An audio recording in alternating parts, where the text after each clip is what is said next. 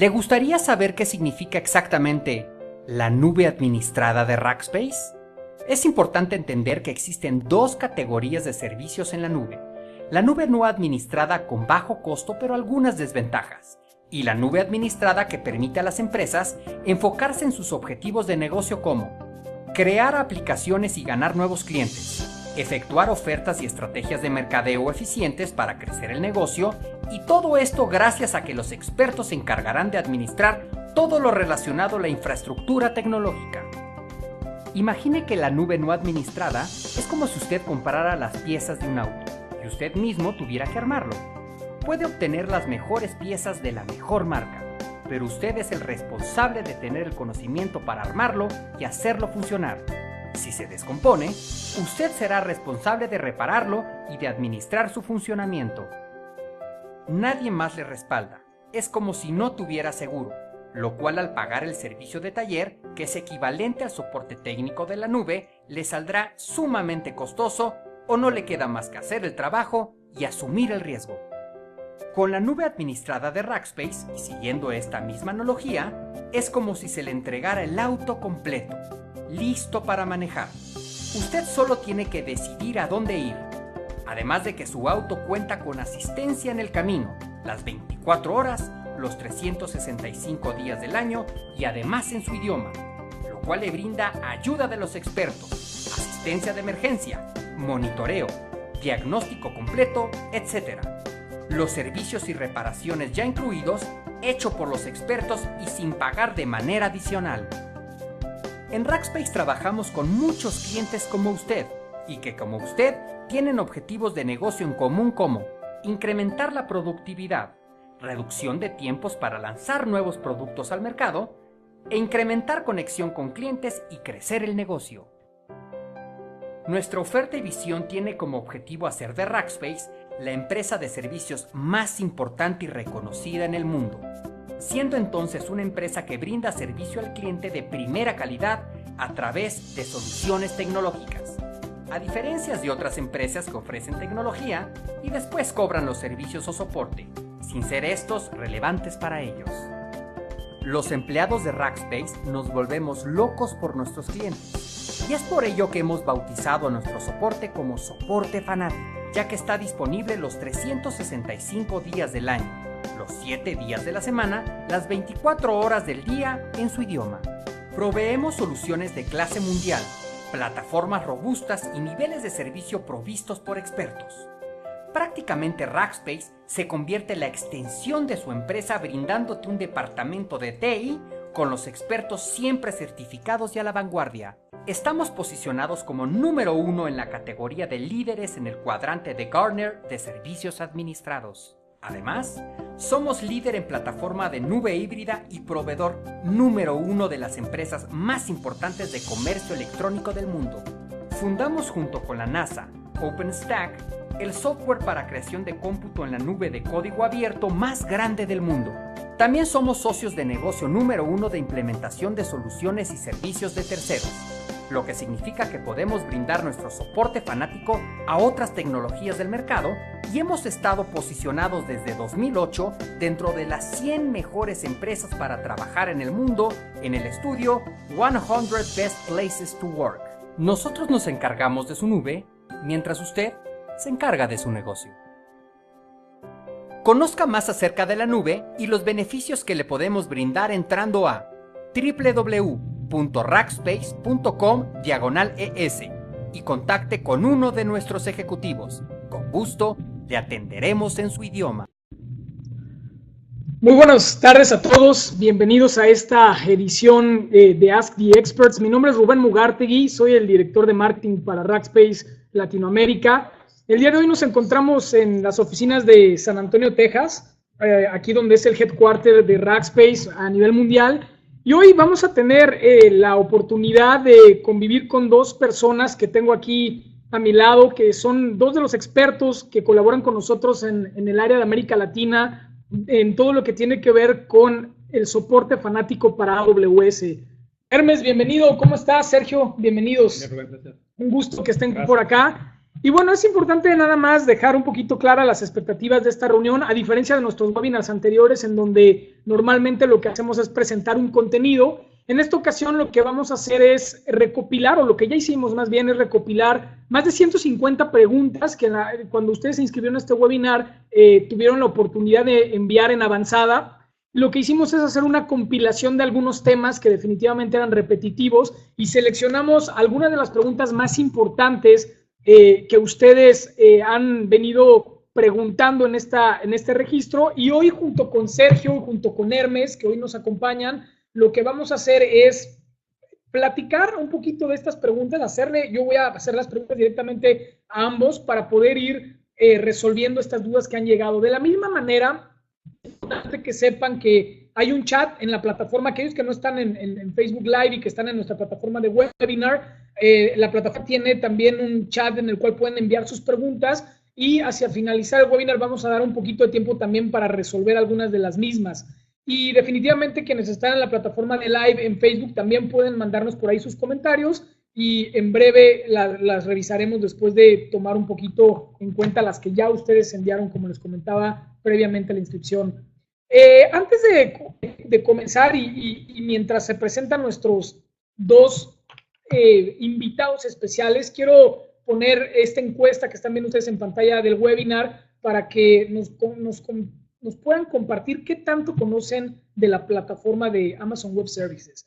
Y hay 5 diferentes respuestas: si lo han comenzado a entender apenas, si ya lo utilizan pero no han tenido necesariamente el entrenamiento completo, han tomado algunos cursos, o si ya están certificados. Mientras esto sucede, Sergio, cuéntanos un poquito de tu background. Bienvenido. ¿Cuánto tiempo llevas en Rackspace? ¿Qué es lo que tú haces acá con nosotros? Y cuéntanos para ti cómo es que AWS ha impactado en tu carrera.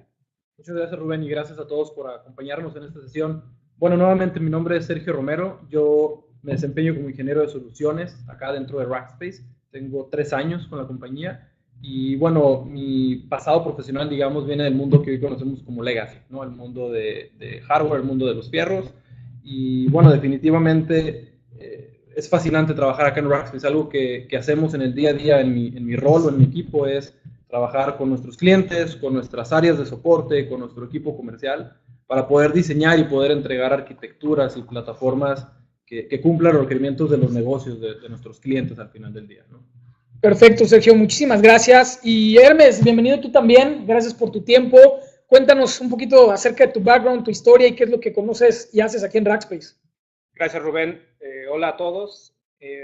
Yo tengo el privilegio de ser responsable de la entrega de servicio de lo que conocemos como la oferta multinube para la región de Latinoamérica, donde por un lado tenemos el servicio de Rackspace basado en OpenStack y por el otro lado la nube administrada con AWS.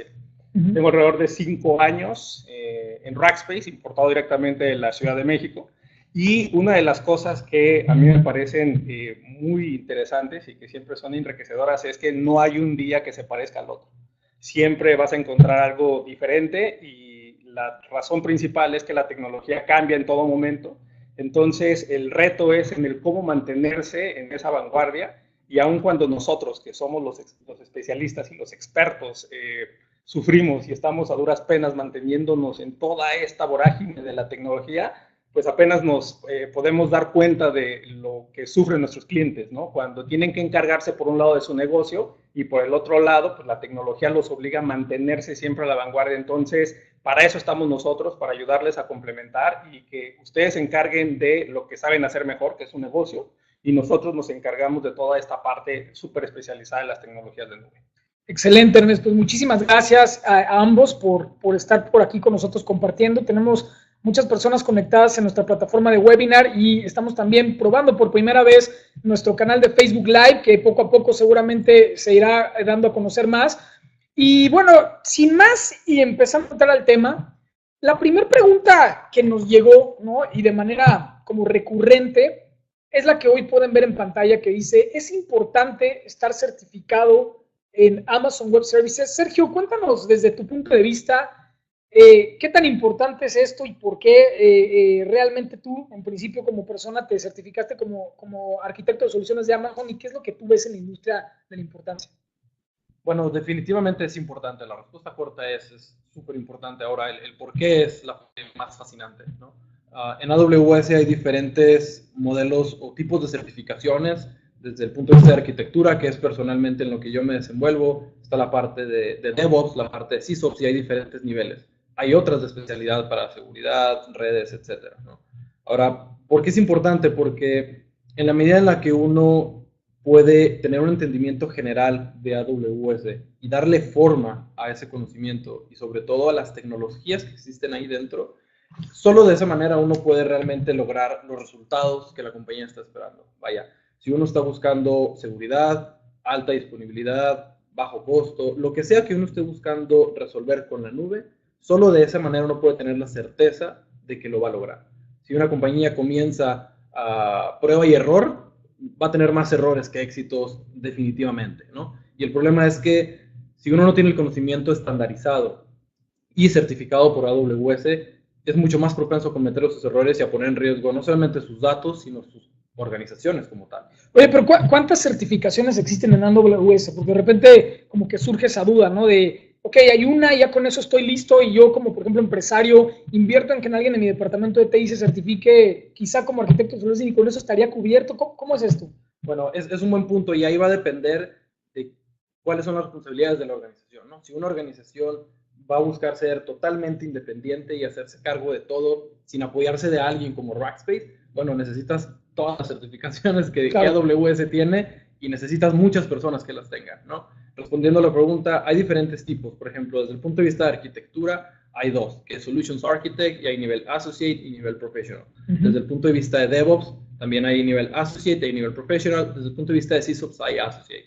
Adicional a eso, existe la parte de seguridad, existe la parte de redes, y lo más importante, de nuevo, es ¿de qué se va a hacer cargo la organización? Si se van a hacer cargo de todo, de arquitectar, de implementar, de codificar, de mantener, de la seguridad, pues para eso existen esas certificaciones y van a necesitar todas, ¿no? Si uno se apoya en alguien como Rackspace, bueno, ahí es donde nosotros tenemos más de 800 personas ya certificadas en todos estos niveles que pueden garantizar la entrega de este servicio, o de estas, piensen en certificaciones como servicio, ¿no?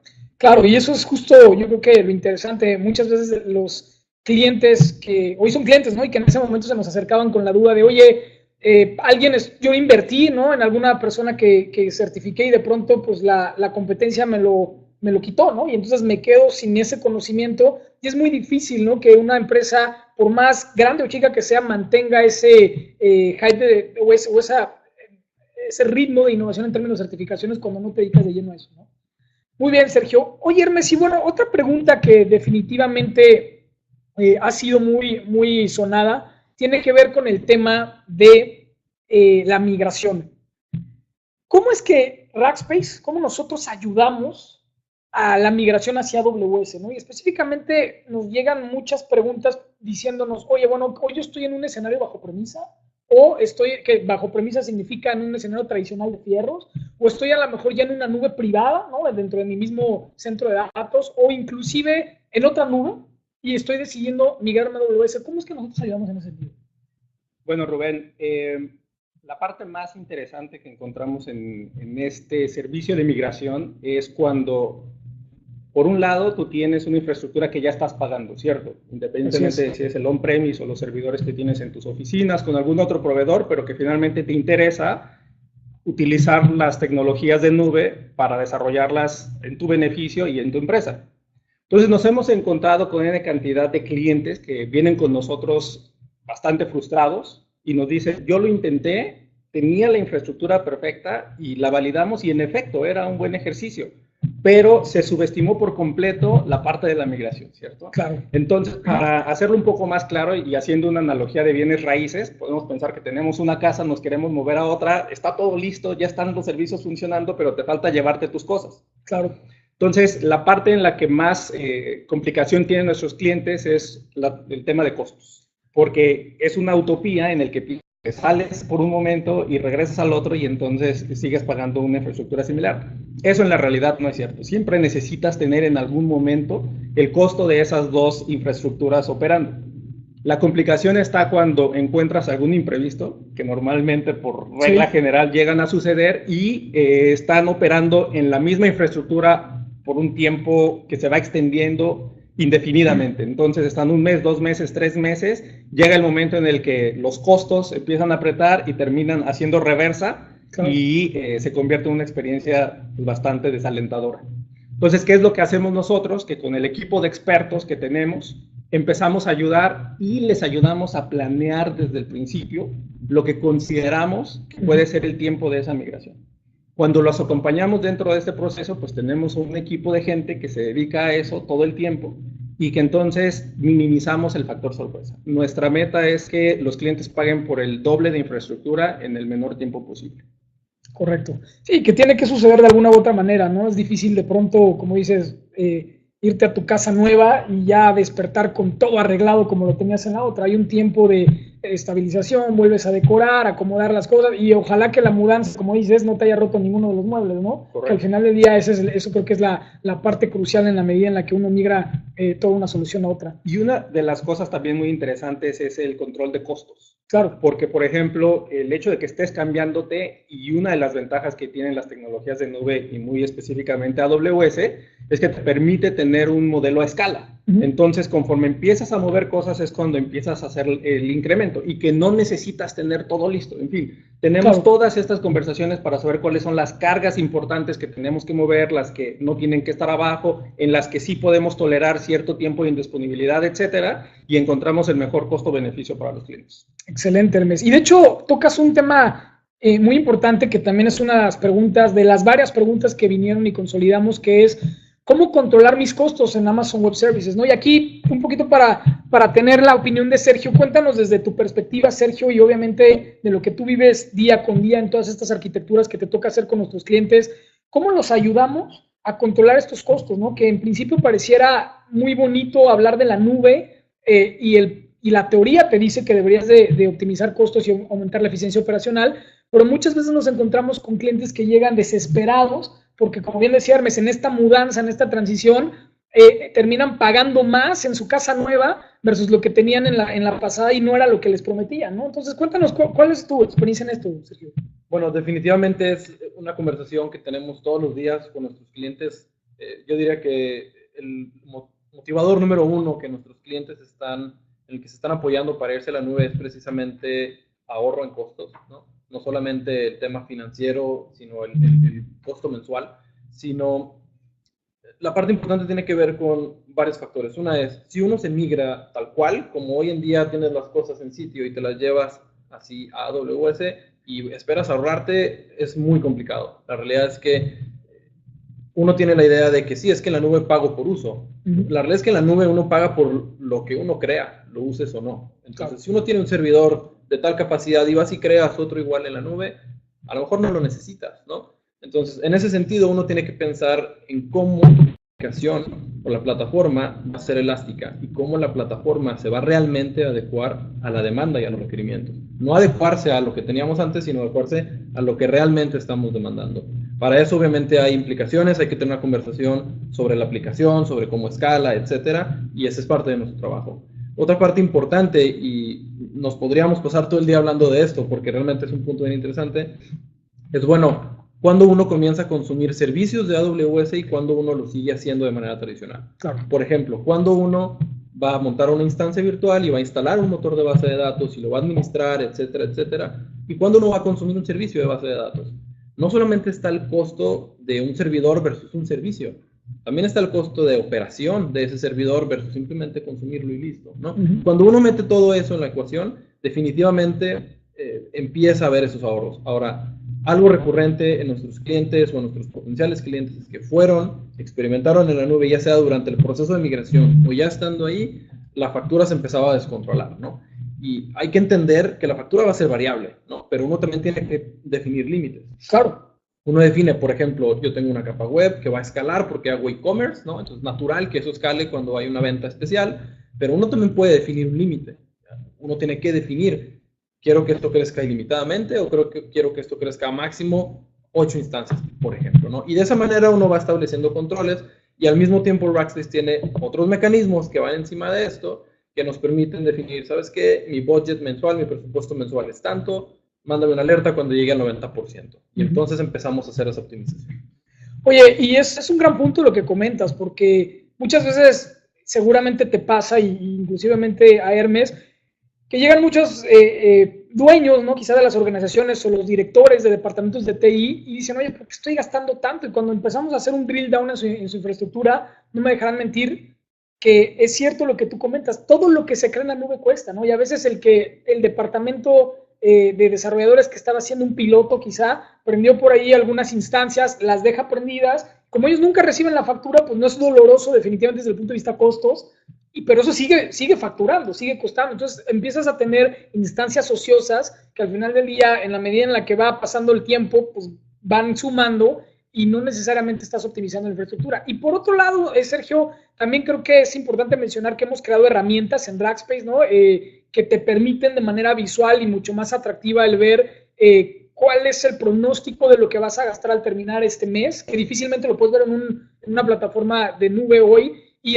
más allá de eso, te detecta automáticamente haciendo este tipo de análisis dónde están esos ahorros significativos que pudieras hacer, ¿no? ¿Qué tanto usan nuestros usuarios, nuestros clientes, ese tipo de herramientas? ¿Qué beneficio has visto que ellos tienen con ellas? Pues realmente es el pan de cada día, porque es prácticamente como tener a una persona 24/7 en tiempo real analizando tu infraestructura y diciendo, ¿sabes qué? Este servidor que está aquí no está muy utilizado, deberías de hacerlo más pequeño. O esto siempre está utilizado a esta capacidad, deberías hacer una compra de instancias reservadas, por ejemplo, ¿no? Que te va a ayudar a reducir costos. Entonces, obviamente uno no va a contratar a alguien que lo haga todo el tiempo, eso Rackspace ya lo ha automatizado, tiene una herramienta que lo está monitoreando todo el tiempo, que te está presentando, como tú dices, de manera muy visual esos resultados, haciendo recomendaciones, y por supuesto que parte de nuestras revisiones periódicas con los clientes es ir y revisar eso y decir, oye, la herramienta está detectando esto, ¿qué te parece si aplicamos estas acciones para ayudarte a controlar tus costos? Perfecto, Sergio. Hermes, tenemos dos servicios en los cuales Rackspace pone a disposición de nuestros clientes el Fanatical Support para AWS, ¿no? Uno se llama Navigator, que es el servicio más básico, el cual empieza desde los $400, dependiendo obviamente cuánto tú gastas en Amazon mensualmente, es lo que va aumentando, ¿no? Pensemos en que una persona de las que está aquí conectadas gasta en un intervalo de $500 a $1,000 al mes, vamos a suponer. Lo que le cobraríamos por el Navigator, que es el primero, son $400, que incluye esta herramienta que Sergio comentaba, pero algunas guías, ¿no? Que partiendo de que deberían de tener expertos en esa empresa y solamente los vamos a ayudar, ¿no? Como ser su torre de control para darles algunas indicaciones. Luego viene el segundo servicio, que es el Premium, si lo queremos ver así, que le llamamos el Aviator, ¿no? Y Aviator, en este mismo intervalo de gasto vamos a suponer, de $500 a $1,000, les cobraríamos $2,500 al mes, obviamente con la promesa de que este es el servicio premium. Ahora, la pregunta que tenemos de manera significativa es, ¿por qué es tan caro este servicio de Aviator, ¿no? Navigator casi nadie lo cuestionó en términos de lo que cuesta, pero cuando dicen, oye, Rackspace, cuando ya va a tomar control de infraestructura, $2,500 o más, obviamente dependiendo del rango, pues, ¿qué hacen? ¿Qué es lo que hacemos en realidad, Ernest? Cuéntanos un poco, tú como el que diriges la parte de todo el Fanatical Support, ¿qué es lo que realmente hay detrás del Aviator y por qué cuesta tanto? Con todo gusto. Como bien lo comentas, el costo de Aviator empieza con $2,500 y tiene este costo hasta que la infraestructura de AWS supere $4,000. Entonces, si tú estás gastando menos de esos $4,000, que ya es un costo bastante significativo, tú siempre vas a tener este costo fijo. Una de las cosas que en realidad son muy transparentes es la manera en la que estamos haciendo este cargo. Finalmente, es solo un tabulador dependiendo al 100% de tu costo de facturación en AWS. Entonces, básicamente, si tú quieres saber cuánto es lo que te costaría el servicio, ya sea Navigator o Aviator en Rackspace, simplemente vemos el costo de la factura, lo metemos al tabulador y allí vemos. No hay costos ocultos. Correcto. No es algo que mientras tu infraestructura se mantenga en ese rango, te tengas que preocupar que vayas a tener alguna variación en estos costos. O sea, es prácticamente haciendo exactamente la misma analogía de la nube de pago por lo que consumo, me soportan de acuerdo a lo que consumo, ¿no? Exactamente. Y entonces, conforme va creciendo, también ya empieza a incrementar ligeramente hasta que, bueno, lo vamos manteniendo en ese mismo rango. Ahora bien, el tema del costo. ¿Por qué es tan caro? creo que la pregunta puede ser relativa. Si nosotros ponemos como perspectiva el costo de un ingeniero especializado, y olvídate que le asignemos un rol, ya sea un arquitecto, alguien experto en DevOps, incluso un administrador de sistemas o un experto en seguridad. Vamos a pensar que eso es lo que te puede llegar a costar al mes esa persona. Claro. Sin embargo, pues allí vamos a tener la complicación de que seguramente también va a querer ir a dormir, ¿cierto? Sí. Y no se diga cuando se enferme o quiera irse de vacaciones. Entonces, va a ser difícil que tú tengas en una sola persona la responsabilidad absoluta de tu negocio. Si quizás estás haciendo algunas pruebas, bueno, puedes tolerar esas caídas o estar haciendo algunas modificaciones que lleguen a afectar la operación, no tienes problema.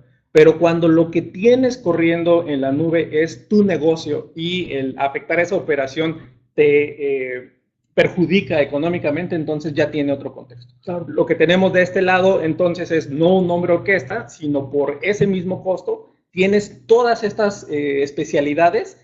Pero, Rubén, es muy interesante porque en muchas ocasiones cuando hablamos con los clientes siempre piensan en un costo sobre un recurso técnico. Claro. Pero no hay que perder de vista también todas esas actividades de negocio que se tienen que hacer al mantener tu cuenta, ¿cierto? Sí, por supuesto. Desde la administración de proyecto, que no es la parte más atractiva. Le preguntamos a cualquier persona técnica, y cuando la pones a hacer otro tipo de cuestiones, son lentas, no les gusta, la van delegando. Y lo que acaban de comentar con respecto a los costos. Alguien tiene que estar controlando que lo que se está poniendo en AWS tiene un mantenimiento correcto. Y podemos poner un caso tan sencillo como una política adecuada de respaldos, en las que el administrador dice, bueno, aquí ya se está respaldando. Bueno, pero ¿hasta qué tanto tiempo? Porque si no, pueden estar indefinidamente haciéndose respaldos y tú encuentras empresas que tienen años almacenados cuando no lo necesitan a esa escala. En fin, entonces esta parte de administración de la cuenta, cuando de repente tienes que tener alguna aclaración con respecto a la facturación, etcétera, todo este tipo de actividades son las que tú tienes ya incluidas en el equivalente al sueldo de una persona a cambio de un equipo de expertos 24/7. Sí, yo lo que diría es que al final, mientras Amazon juega con las economías de escala para reducir los infraestructura, nosotros jugamos con las economías del conocimiento, que es lo que tú dices, para reducir al final del día los incidentes de soporte, ¿no? Y que puedas tener una infraestructura corriendo perfectamente y al final, si lo que realmente importa es tu negocio y que crezca tu negocio, no estar apagando incendios, ¿no? En la parte de TI y mejor estar enfocado a lo que realmente va a generar utilidades, ¿no? Y que va a ser mucho más visual a miras del board de toma de decisiones. Excelente, Hermes. Una pregunta muy interesante, Sergio, que seguramente tú vives día con día. Los ataques de DDoS, ¿no? ¿Cuántas veces no tenemos clientes que nos preguntan, oye, ¿cómo puedo evitar esos mecanismos, esos ataques de DDoS, o cuáles son los mecanismos para evitarlos? Específicamente en AWS, una de las preguntas, y esta pregunta la consolidamos así porque hay otras nubes, ¿no? Que ya traen ciertos servicios específicos para mitigar ataques de DDoS, ¿no? Recientemente Alibaba Cloud, por ejemplo, sacó un servicio especial para ataques de DDoS. Cloudflare, por ejemplo, ¿no? Ayuda directamente a mitigar ataques de DDoS. Pero AWS, en muchas de las preguntas que nos llegaron es, oye, yo no veo ningún servicio que se llame cómo prevenir ataques de DDoS. Entonces, desde tu punto de vista arquitectónico, ¿cómo hacemos o cómo haces, Sergio, para lograr mecanismos obviamente confiables que prevengan estos ataques de DDoS? Y cuéntanos rápidamente qué es un ataque de DDoS para aquellos que no tienen el conocimiento de esto. Sí, empezando por ese lado, los ataques de negación de servicio básicamente están enfocados, como su nombre lo dice, a dar de baja una aplicación, ¿no? Ya sea un servicio web, ya sea un aplicativo, etcétera. Y lo que buscan los atacantes en ese caso es tumbar tu servicio para que no pueda servir a tus clientes, ¿no? Como se imaginarán, muchas veces viene por un tema de ransomware, viene por un tema de competencia, cosas por el estilo. Lo interesante es que hay muchos mecanismos y muchas maneras en las que los atacantes pueden saturar nuestra infraestructura. Es básicamente lo que hacen. Mandan millones o terabytes de peticiones y eso termina, digamos, tumbando tu infraestructura, ¿no? En ese sentido hay varios métodos para mitigar ese tipo de ataques. Ciertamente hay proveedores externos como el que mencionabas, Cloudflare, Incapsula, Akamai, etcétera, que ayudan a mitigar y a filtrar, a detener esos ataques y enviar solamente tráfico legítimo hacia AWS o hacia cualquier otra infraestructura. Hay otros patrones de arquitectura que deben ser considerados, como desacoplar las capas, ¿no? Y tener una capa web, por ejemplo, que escale, servidores de base de datos seguros, por otro lado, cosas por el estilo. Sin embargo, AWS también tiene un servicio de mitigación de ataques de DOS, que se llama AWS Shield. Y tiene dos modelos. Uno es el servicio estándar, que es gratuito, en donde uno cuenta con la protección que AWS ha construido desde el suelo, digamos, es tecnología propietaria de ellos, y si llega un ataque típicamente capa 3, capa 4, son ataques que AWS va a detener, no tiene ningún costo realmente. Si uno quiere mitigar ataques más avanzados, capa 7, que son a tu aplicativo, entonces hay un servicio de AWS, así como hay un servicio WAF, hay un servicio Shield Advanced, en donde ellos pueden tener visibilidad de qué es lo que viene en esos paquetes, detectan esos patrones, mitigan el tráfico antes de que golpee tu infraestructura. Perfecto, Sergio, muchísimas gracias. Voy a pasar aquí a esta pregunta también contigo, Sergio, y regreso después con Hermes, porque es una pregunta que muchas veces he escuchado que tú la abordas. ¿Qué tan seguro es implementar el ERP de SAP en la nube, ¿no? Yo creo que esta es una de las preguntas que más tuvimos, en donde la duda es, ok, una de los ambientes más legacy, si tú quieres, y no es que sean legacy, pero que están bajo premisa, es el famoso ERP, ¿no? Específicamente SAP, que es el más famoso, o SAP. ¿Qué tan fácil es y seguro llevarlo hacia la nube? Bueno, es seguro si uno sigue los patrones, de nuevo, de seguridad y arquitectura adecuados, si uno establece todos los controles de acceso necesarios. Ahora, la buena noticia es que puede ser mucho más seguro que tenerlo en casa, esa es la buena. La mala es que son muchas las cosas que uno tiene que tomar en consideración. Grupos de seguridad, segmentos de red, listas de control de acceso, si uno va a hacer conexión VPN, cosas por el estilo. Todo eso uno lo tiene que no solo tomar en consideración, sino dominar perfectamente para asegurar que la información más crítica de la organización, que es la que viene en el ERP, esté de manera segura en la nube. La respuesta concreta es: se puede, lo hemos hecho, hay clientes con los que lo hemos hecho, pero no es fácil, ¿no? No es trivial hacerlo.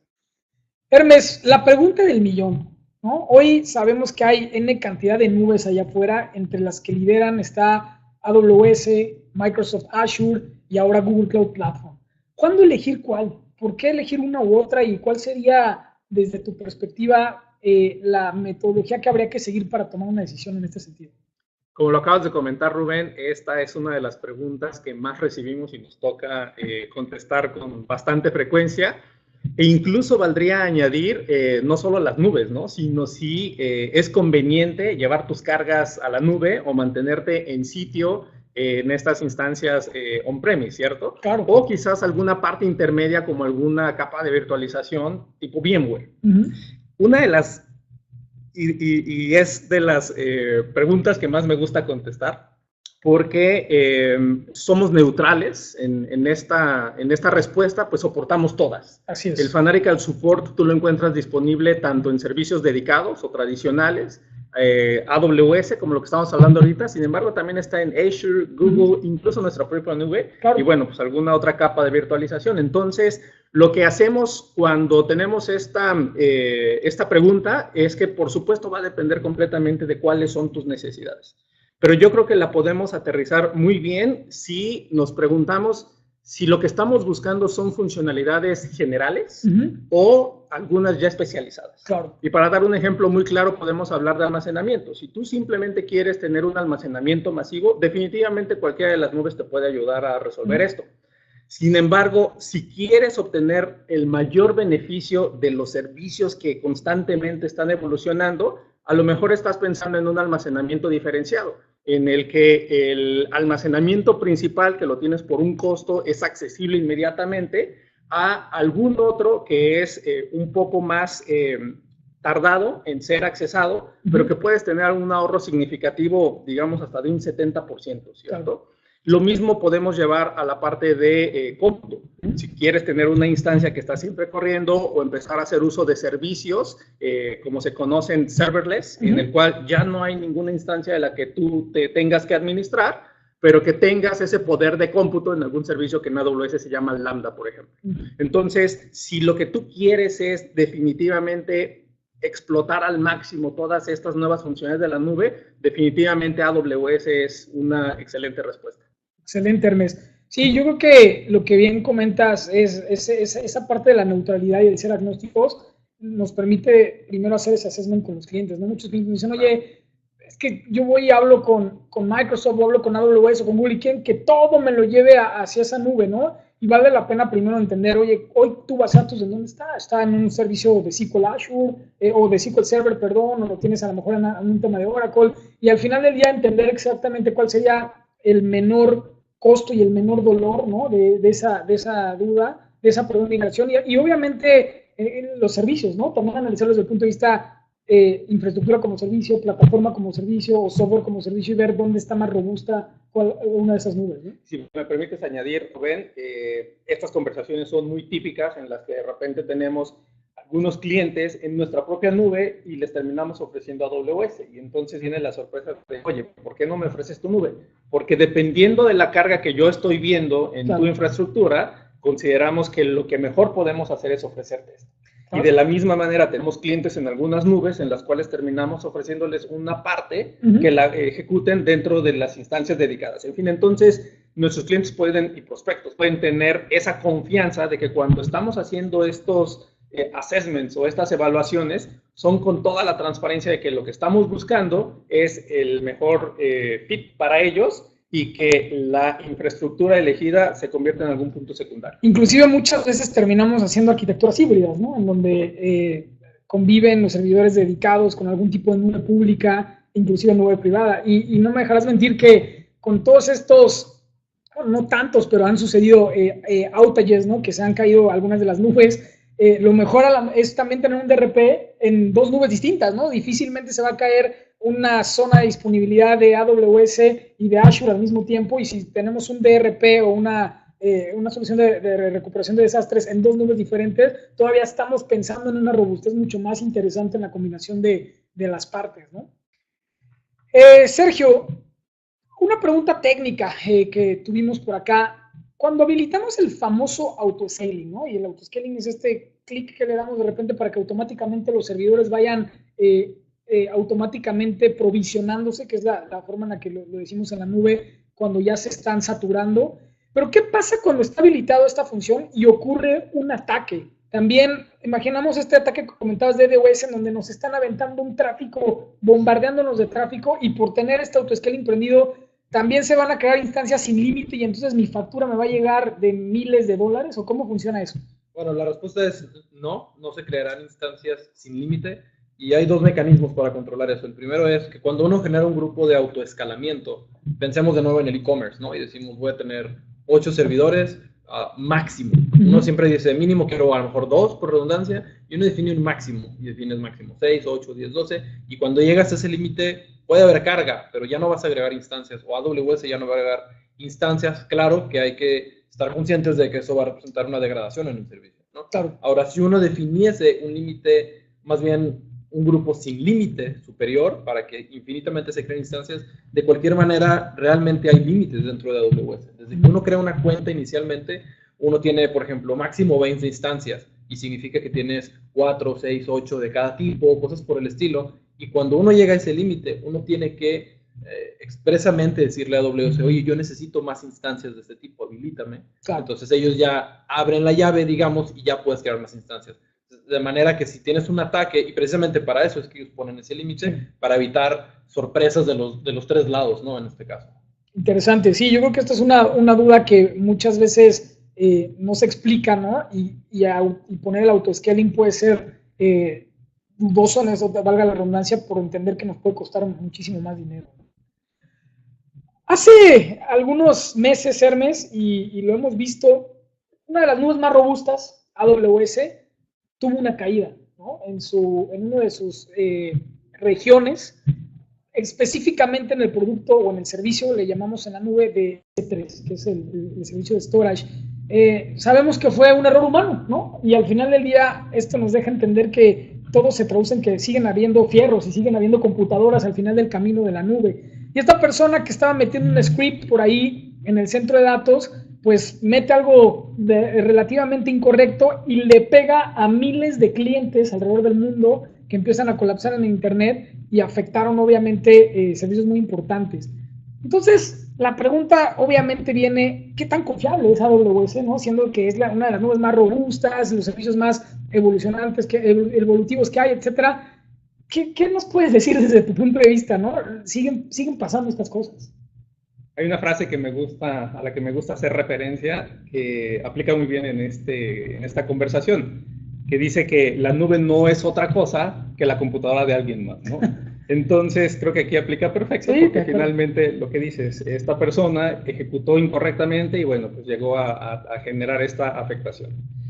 Y ahí yo creo que lo importante es que tenemos que tener en cuenta que la pregunta no es si AWS va a fallar, sino cuándo es que esto va a suceder. Y que todo lo que estés diseñando, dependiendo de la criticidad de ese servicio o producto, es donde tú vas a definir cuál es el nivel de robustez que quieres tener en ese. Claro. Entonces, ¿es AWS seguro? Creo que la respuesta corta es depende, y depende de ti.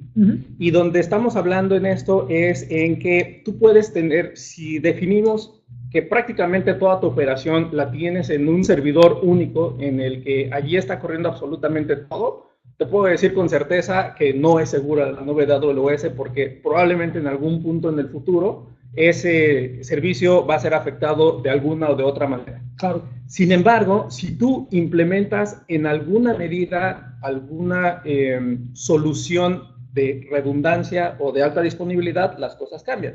Y es otra de las enormes ventajas que tenemos con AWS, donde no necesariamente para estar tú seguro tienes que duplicar o triplicar costos, claro, sino que puedes llegar a un esquema intermedio en el que, por ejemplo, muy prácticamente tú puedes definir que de forma automática tu información importante que te permita disparar o reactivar tu operación se respalde constantemente. Si tú tienes una afectación en este punto y estás dispuesto a tolerar cierto tiempo abajo, puedes tener esta parte intermedia que es relativamente accesible, bajo costo, comparado con lo que estás pagando, es decir, es una fracción de eso, y en el momento en el que algo así sucede, tú levantas de este lado, haces un cambio que por cierto, AWS tiene un desarrollo súper avanzado con la flexibilidad de poder direccionar el tráfico de un lugar a otro, y en cuestión de minutos, tú puedes tener tu infraestructura otra vez arriba.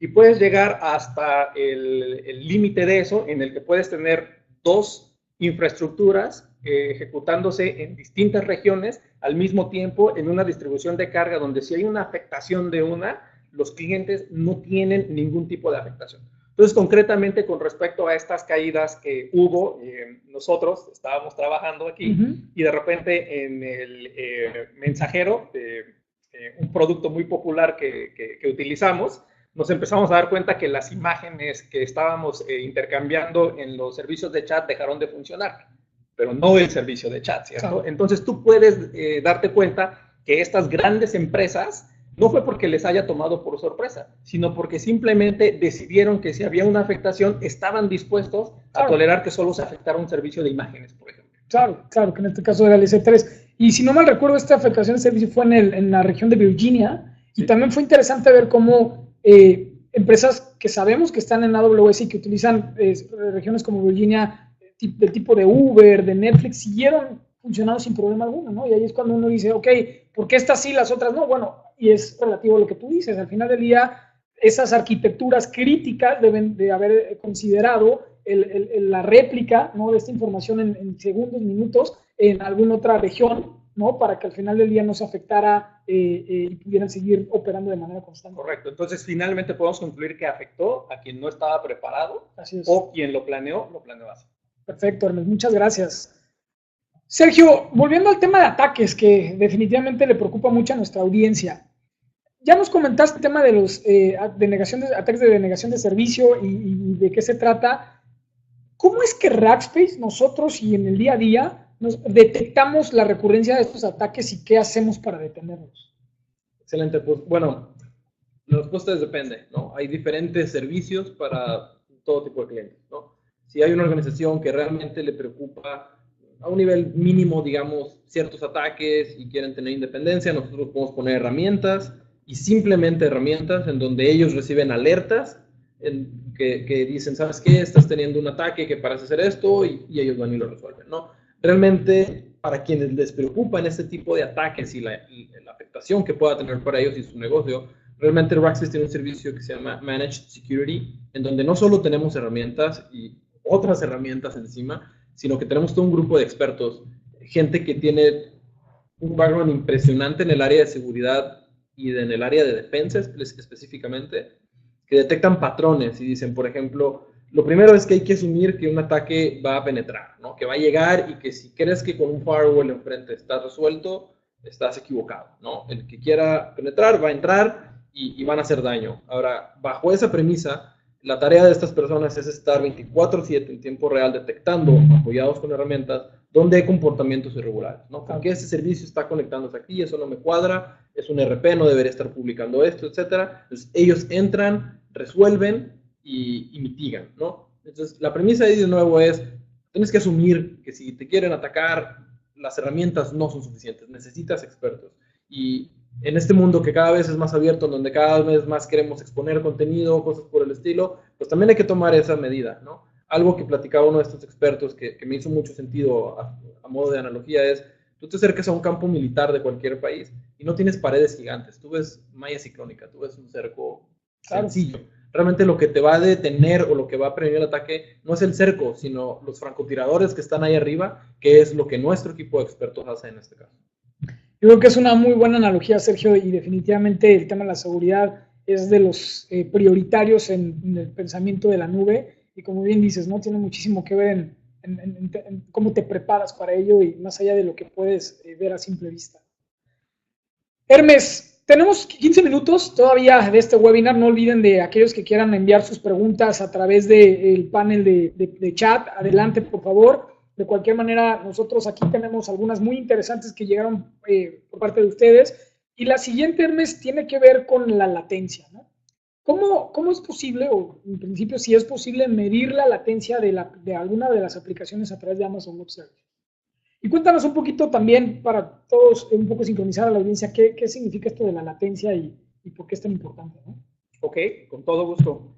En términos muy sencillos podemos describir la latencia como el tiempo de respuesta que tienes para que un servicio o aplicación te conteste. Okay. Y aquí, Rubén, quisiera expandir un poquito la pregunta porque también esta conversación técnica sucede de manera muy seguida en la que el cliente nos dice, ¿por qué mi aplicación no está funcionando de la misma manera como yo la veía operar en mis instancias en sitio? Y la primera atribución es al tema de la latencia. Sin embargo, expandiendo esta pregunta, en realidad lo que tenemos que tener en cuenta es que aun cuando tú puedes ver unas descripciones de servicios, el mayor error que cometemos es cuando asumimos que es una réplica y que podemos tener un copy-paste de la infraestructura y que va a operar igual.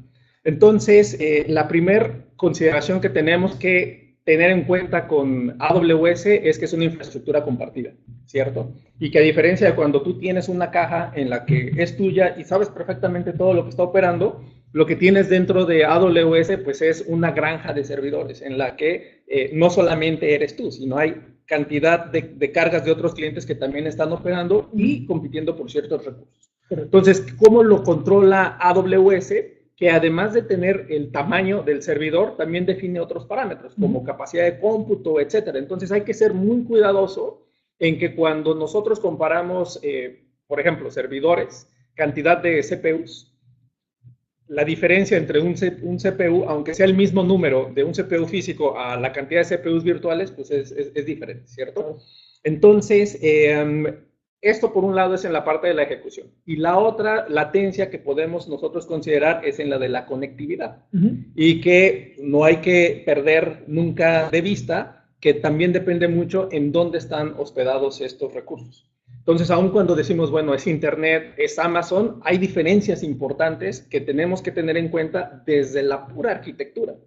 Y mira, incluso puede ser tan interesante que cuando tenemos conversaciones con algunos clientes nos dicen, oye, es que la región de California geográficamente está más cerca que la Ciudad de México, por decir un ejemplo, ¿cierto? Entonces, quiero poner todo allí. Y cuando se sientan con nosotros y empiezan a platicar con los ingenieros, dicen, sí, definitivamente, geográficamente tienes toda la razón.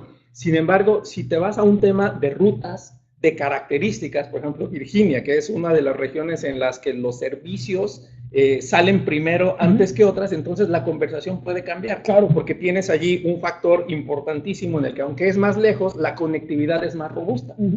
Y cuando tienes todas esas consideraciones es donde ayudas a generar una buena infraestructura. Entonces, al final, cuando terminas estas consideraciones de, bueno, los recursos son distintos, la distancia es diferente, hay que tener esas consideraciones. Y haciendo referencia a la parte de las arquitecturas es donde nosotros podemos definir, y el cliente en la ocasión nos dice, oye, pero esto parece distinto, se ve un poco más grande, es un poco más complejo. Sí, porque tenemos que operar en el sentido en el que la aplicación tiene que funcionar bien.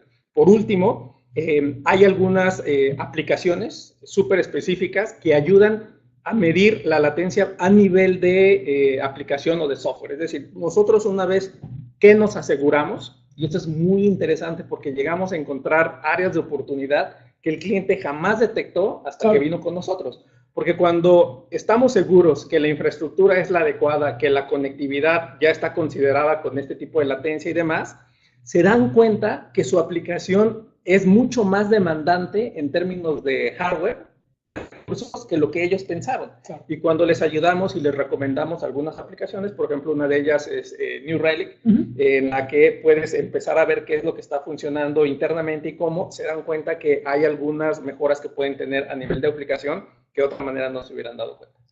No, yo creo que el tema de latencia es, como dices, ¿no? Podemos hacer todo un día platicando de arquitectura en términos de la latencia y me llama mucho la atención lo que comentas porque nosotros en la región de Latinoamérica tenemos clientes que, por ejemplo, están en Brasil y sabemos que AWS tiene un data center en Brasil, bueno, una región allá, y no necesariamente los clientes que están allá siempre optan por decir, ok, pues tengo acá el centro de datos cercano y conecto todos mis servicios justo por lo que dices, ¿no? Hay muchos servicios que ahí no están listos ni siquiera y que son mucho más robustos en Virginia y es mucho más factible hacer todo ese viaje hasta Virginia u otra región quizá en Europa para poder al final tener la mejor eficiencia que estás buscando. Que de otra manera parecería ilógico, claro. Pero cuando está validado, incluso el gerente de sistemas o el director, que le puede ser difícil sostener esa conversación con la gente que toma decisiones y dicen, pero Rackspace me está validando eso, la conversación cambia. Claro.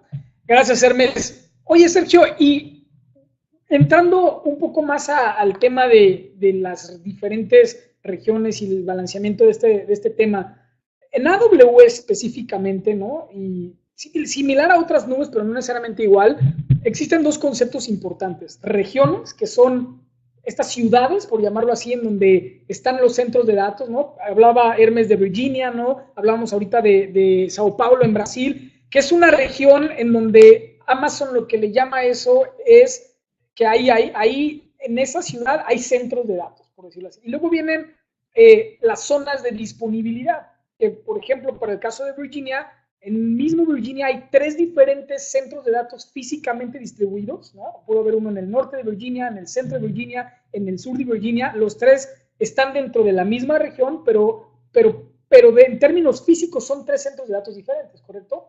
Entonces, aquí la pregunta que nos hacen en el público es si es posible balancear las cargas entre diferentes regiones. Sabemos que hay servicios, ¿no? El servicio de RDS es uno que balancea o replica automáticamente en las mismas zonas, en diferentes zonas de disponibilidad dentro de una misma región. Es decir, puedo replicar mi base de datos en Virginia Centro, luego en el norte, luego en el sur, pero ¿qué tan factible es hacerlo en otra región, ¿no? Y decir, oye, yo quiero replicar esto también en Londres, por ejemplo, ¿no? La respuesta corta es posible, sí es posible. Sin embargo, yo me atrevería a preguntar, ¿para qué lo quieres hacer? ¿No? Porque hay retos al hacer eso. ¿Qué significa? Que tú puedes, a través de DNS, por ejemplo, en base precisamente a la latencia, definir si envías tráfico hacia una región o hacia otra, en el mundo inclusive, ¿no? De acuerdo. Y a lo mejor tu capa web no tienes problema y puedes tener un montón de servidores en un lado y otros en otro lado del mundo. Sin embargo, ¿está la aplicación lista para vivir de esa manera? Y luego lo más importante, ¿qué pasa? Datos. Las bases de datos tradicionales no están diseñadas para trabajar de esa manera. Requieren de muy baja latencia para evitar problemas de corrupción de datos, cosas por el estilo. Entonces, ahí es donde ya entramos más en el detalle de técnicamente es posible, pero vamos a ver si es realmente lo que necesitan, ¿no? Y cuáles son las implicaciones para poder lograrlo. Perfecto, Sergio. Tenemos ya una pregunta, voy a intercalar aquí esta pregunta en vivo que nos está llegando de Francisco Alcalá. Él nos comenta, yo uso EFS de AWS por la disponibilidad de almacenamiento en red, pero es muy, muy lento. ¿Qué ofrecen ustedes para almacenamiento en red que compita con EFS o qué es lo que me sugieren? Cuéntanos, Hermes, si tienes alguna opinión y si quieres ahorita volvemos con Sergio. Con todo gusto, Rubén. Efectivamente, EFS es una promesa que está considerada que va a cambiar el paradigma. Básicamente lo que hace es que pone una unidad de almacenamiento y para llegar a una analogía muy clara es como si fuera una interfaz de conexión USB en el que tú tienes tu servicio de cómputo, que es un servidor, el equivalente a una laptop, por ejemplo, y puedes añadir algún espacio adicional, como si fuera unidad de disco. Entonces, tradicionalmente lo que sucede es que yo tengo que contratar ese servicio y como lo comentamos muy al principio, tienes que pagar por él, lo uses o no. Claro. Entonces, hay veces que es difícil calcular eso porque en el momento en el que tú defines ese tamaño, te quedas con ese. Y, por ejemplo, es muy común cuando vemos o veíamos a muchos de nuestros clientes en el que en un principio tenían una unidad, conforme pasa el tiempo eso va creciendo y te encuentras que tienen N cantidad de unidades de diferentes tamaños conectadas a un solo servidor. Entonces la administración se vuelve un poco complicada. ¿Qué sucede con EFS? Tú pones esa unidad y entonces crece automáticamente y solamente pagas por el uso por el que estás consumiendo. Entonces es una maravilla puesto que lo configuras una vez, te desentiendes de eso y simplemente se te factura lo que estás utilizando sin tener que hacer cambio alguno. ¿Cuál es la desventaja? Que está en sus primeras etapas y como bien lo comentamos, pues es relativamente lento comparado con el otro servicio. Sin embargo, una de las cosas que sucede con AWS, que por cierto tiene cientos de actualizaciones y de mejoras en sus productos por año, simplemente el año pasado liberó 12 nuevos productos y servicios. Entonces, lo que platicamos al principio, el seguirle el paso a todo esto, pues es en realidad un reto que requiere trabajo de tiempo completo. Bueno, para aterrizar esto, una de las ventajas que acaban relativamente reciente liberar AWS con respecto a estos almacenamientos de bloque, es que ya tienes la capacidad de incrementarlos sin tener tiempo abajo. Entonces tú puedes definir tu sistema de bloques y dices, aquí está, queda sobrado en el tiempo y simplemente ejecutas ciertos comandos y lo puedes incrementar sin que haya alguna afectación. Okay. Entonces eso es concretamente una gran recomendación. La desventaja, digamos, es que no puede ir hacia abajo, pero definitivamente están por el camino correcto. Excelente, Hermes, muchas gracias. Tenemos tiempo para 2 preguntitas más, estamos casi terminando y voy a ir con Sergio para una pregunta que también fue muy recurrente en estas 150 preguntas que recibimos de la audiencia. ¿Cómo elegir, Sergio, qué almacenamiento debo utilizar en la nube, ¿no? ¿Cuál es esa manera de realmente tomar la decisión correcta después de todos los servicios que existen por ahí? Pues bueno, definitivamente, y de hecho complementando la pregunta anterior, habría que sentarnos a revisar cuál es el requerimiento, ¿no? ¿Qué tipo de archivo estás almacenando? ¿Qué protocolo estás utilizando? ¿De qué tamaño son los archivos? ¿Cuántos servidores lo consumen? Etcétera. Y en ese sentido, uno tiene que definir, ok, me conviene usar almacenamiento tipo bloque, almacenamiento tipo objeto, y si es tipo bloque, bueno, ¿qué desempeño necesito? ¿Cómo lo puedo lograr? ¿Cuál es la manera más costo efectiva y redundante en la que lo puedo hacer? Y lo mismo cuando uno habla de almacenamiento tipo objeto, en donde uno ve un bucket o una cubeta con almacenamiento ilimitado, y es muy tentador decir, ok, hay todo, ¿no? Pero dentro de eso uno tiene que después voltear a ver cuál es la política de ciclo de vida, cuál es la tasa de utilización, cuál es el desempeño que se necesita, voy a empujarlo geográficamente a otros lugares o no, cosas por el estilo. Pero respondiendo puntualmente, la respuesta como todo en tecnología es depende. Y ahí encantados de sentarnos a platicar para poder hacer una recomendación. Gracias, Sergio. Esta pregunta, con esta quiero terminar antes de pasar obviamente a los datos de contacto. Sabemos perfectamente que empresas de la más alta envergadura, ¿no? Como Home Depot, Target, el mismo Sony, así como recientemente otras, han sufrido fugas de información, que las tarjetas de crédito se ven comprometidas, ¿no? Obviamente bases de datos donde tienen información de sus clientes y al final del día están expuestas cosas que son privadas de todos nosotros.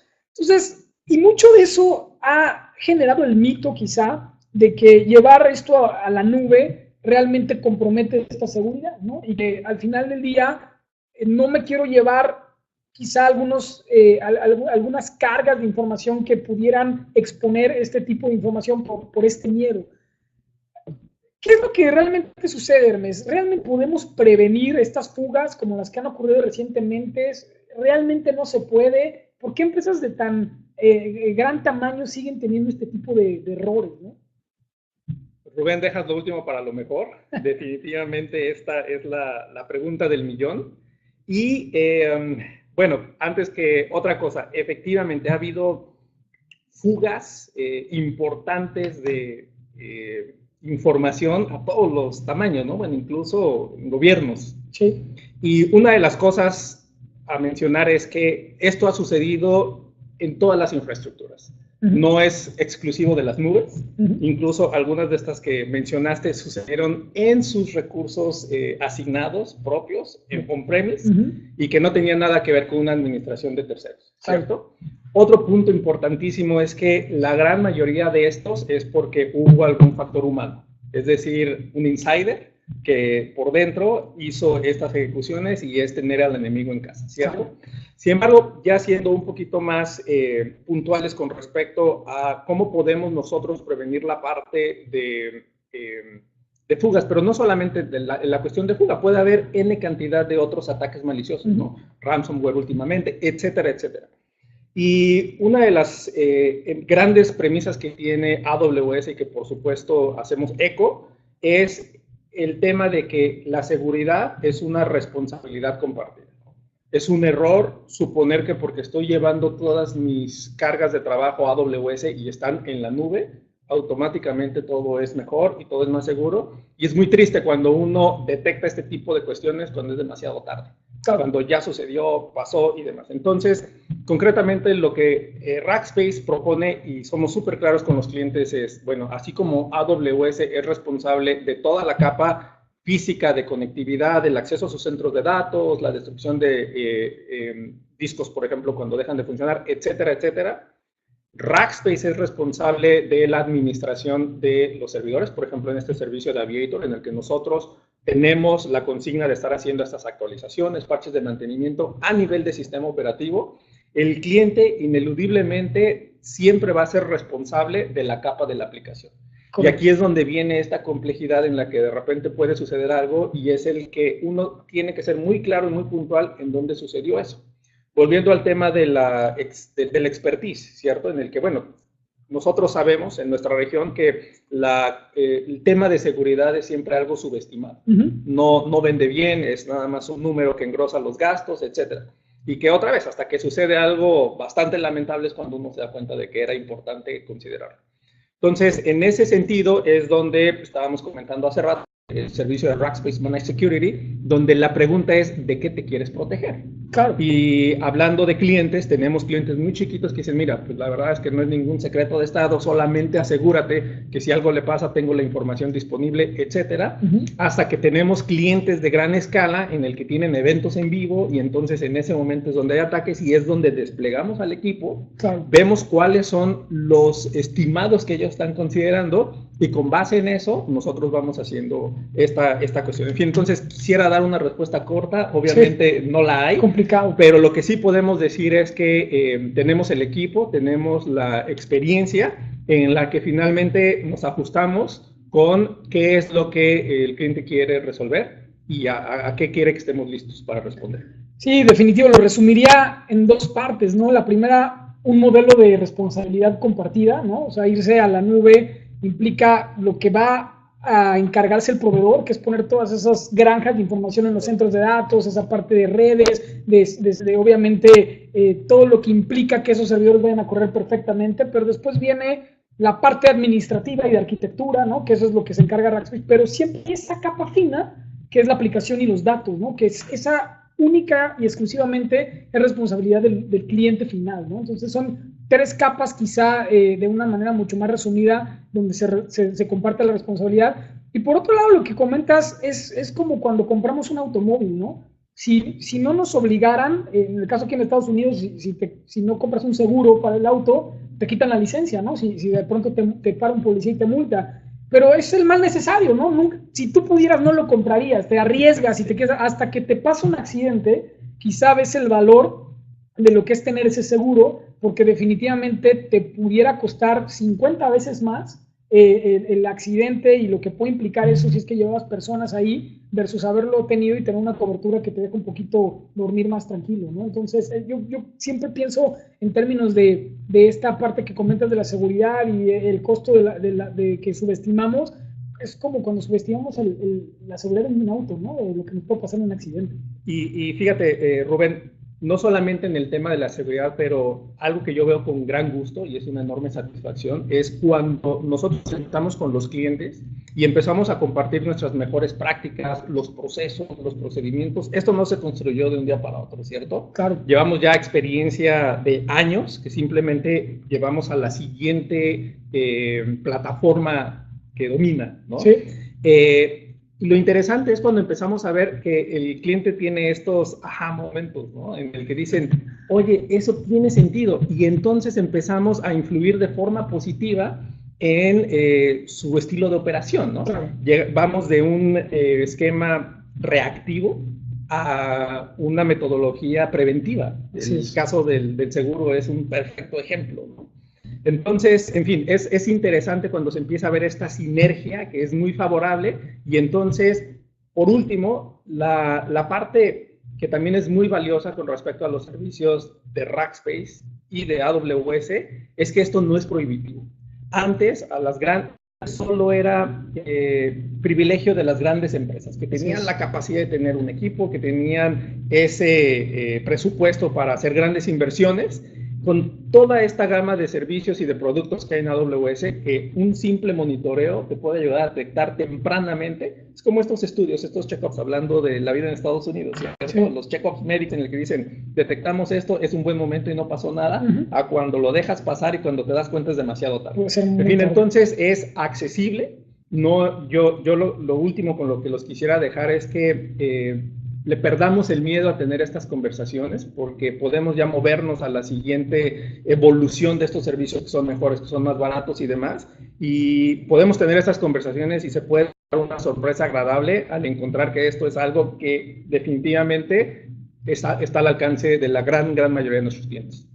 Gracias, Hermes. Pues señores, ha sido un placer, hemos llegado al límite de tiempo. Sergio, muchísimas gracias por compartir este panel con nosotros. ¿Algún comentario final que quieras compartir a la audiencia antes de despedirnos? Bueno, rápidamente, solo que es bien importante, como bien dice Hermes, iniciar esas conversaciones. Nosotros encantados de entender qué es lo que están buscando resolver con la nube, ¿no? Todo el mundo busca algo diferente, la nube promete muchas cosas.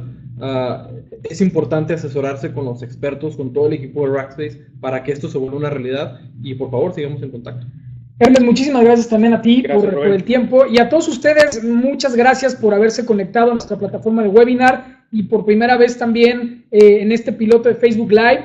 Gracias por haber enviado más de 150 preguntas, pudimos aquí atacar algunas de ellas que compilamos de manera interesante. Y no me resta más que también aquellos que están en la Ciudad de México invitarlos a nuestro siguiente Cloud Meetup, donde tendremos pizzas y cervezas y alrededor de 4 horas de una conversación tecnológica con nuestros expertos también el jueves 7 de septiembre de 2017 en las oficinas de Rackspace en la Ciudad de México. En su pantalla pueden ver la liga de registro. Es un evento el cual tiene capacidad de alrededor de 50 personas y lo estamos haciendo prácticamente cada mes. Pero vale mucho la pena ya que ahí de viva voz y en conjunto con otras empresas de diferentes industrias compartimos de manera interesante los retos que vivimos todos en tema de la nube.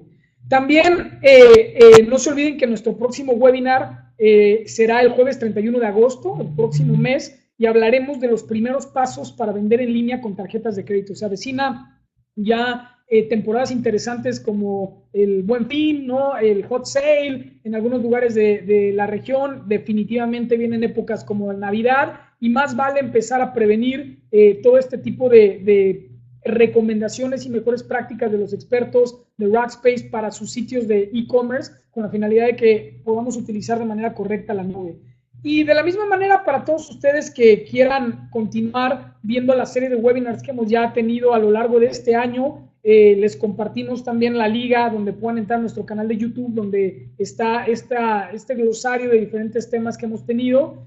Y pues obviamente los invitamos también a que nos sigan en nuestras redes sociales como Facebook y Twitter. Muchísimas gracias a todos ustedes. Esperamos que haya sido de mucha utilidad esta conversación con nuestros expertos. A nombre de Rackspace América Latina, mi nombre es Rubén Mugartegui. Que tengan una excelente tarde y nos vemos próximamente.